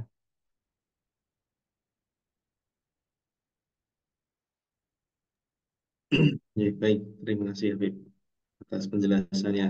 Dan ini alhamdulillah semua pertanyaan sudah disampaikan Habib dan sudah dibahas semua. Mungkin ada tambahan atau kesimpulan garis besar pesan-pesan terkait dengan materi hari ini dan juga mohon doanya untuk menutup majelis ini, Habib. Monggo. Ya, yang kita bahas tadi di antara poin-poin yang kita bahas adalah agama yang benar itu adalah agama yang dibawa oleh Nabi besar Muhammad Shallallahu Alaihi Wasallam dan uh, uh, uh, itulah satu-satunya agama yang tersisa di zaman akhir ini, sebab tidak ada nabi lagi yang diutus oleh Allah Subhanahu wa taala di akhir zaman. Kemudian apakah ajaran Islam yang dibawa oleh Nabi Muhammad SAW? Ajaran itu adalah ajaran berserah diri kepada Allah Subhanahu wa taala, yaitu kepada tuntunan Allah dan segala syariat yang disampaikan Allah Subhanahu wa taala melalui lisan para nabinya, khususnya Nabi besar Muhammad Shallallahu alaihi wasallam. Itu disebutkan di dalam ayat yang ke-20 tadi, aslamtu wajhiya lillah wa manittaba'ani, dan orang-orang yang mengikuti aku. Kemudian larangan memaksa keyakinan kepada orang lain seperti yang disebutkan, wa in tawallau fa innama 'alaikal balagh. Jika mereka berpaling tidak mau menyambut ajakanmu hai Muhammad sallallahu alaihi wasallam, maka cukup bagimu menyampaikan risalah yang diperintahkan Allah Subhanahu wa taala, tapi tidak ada paksaan di dalam agama. Nah, saya kira ini mungkin yang bisa kita petik poin-poinnya yang saya ingat ini ya. Wallahu a'lam bishawab. Baik. Jazakumullah khairan Habib atas ilmu yang disampaikan. Semoga kita bisa memahaminya dan bisa melaksanakan dalam kehidupan kita sehari-hari. Amin ya rabbal alamin. Amin. Amin. Mohon doanya Habib untuk menutup majelis ini. بسم الله الرحمن الرحيم اللهم يا عظيم السلطان يا قديم الإحسان يا دائم النعم يا كثير الجود يا واسع العطاء يا خفي اللطف يا جميل الصنع يا حليما لا يعجل صل يا ربي على سيدنا محمد وآله وسلم وارضى عن الصحابة أجمعين اللهم لك الحمد شكرا ولك المن فضلا وأنت ربنا حقا ونحن عبيدك رقا أنت لم تزل لذلك أهلا يا ميسر كل عسير ويا جابر كل كثير ويا صاحب كل فريد ويا مغني كل فريد ويا مغني كل فقير ويا مقوي كل ضعيف ويا مأمن كل مخيف يسر علينا كل عسير فتيسر عسير عليك يسير اللهم يا من لا يحتاج إلى البيان والتفسير حاجاتنا كثير وأنت عالم بها وخبير اللهم إنا نخاف منك ونخاف ممن يخاف منك ونخاف ممن لا يخاف منك اللهم بحق سيدنا محمد وحسنا بعينك التي لا تنام واكنفنا بكنفك الذي لا يرام وارحمنا بقدرتك علينا فلا نهلك وأنت ثقتنا ورجاؤنا اللهم إنا نسألك زيادة في الدين وبركة في العمر وصحة في الجسد وسعة في الرزق وتوبة قبل الموت وشهادة عند الموت ومغفرة بعد الموت وعفوا عند الحساب وأمانا من العذاب ونصيبا من الجنة وارزقنا النظر إلى وجهك الكريم وصلى الله على سيدنا محمد وعلى آله وصحبه وسلم سبحانك اللهم وبحمدك أشهد أن لا إله إلا أنت أستغفرك وأتوب إليك سبحان ربك رب العزة عما يصفون وسلام على المرسلين والحمد لله رب العالمين. Baik, jazakumullah khairan Habib. Semoga kita nanti bisa dipertemukan kembali di pertemuan yang berikutnya. Dan Amin, amin. Bapak Ibu majelis sahabat cinta yang dirahmati Allah, kita tutup dengan baca hamdalah dan doa kafatul majelis. Alhamdulillahirabbil alamin. Subhanallahumma wa bihamdika asyhadu an la ilaha illa anta astaghfiruka wa atubu ilaik. Wassalamualaikum warahmatullahi wabarakatuh. Monggo Habib. Waalaikumsalam warahmatullahi wabarakatuh. Halo, pamit Mas ya. Ji, Habib. Matur nuwun.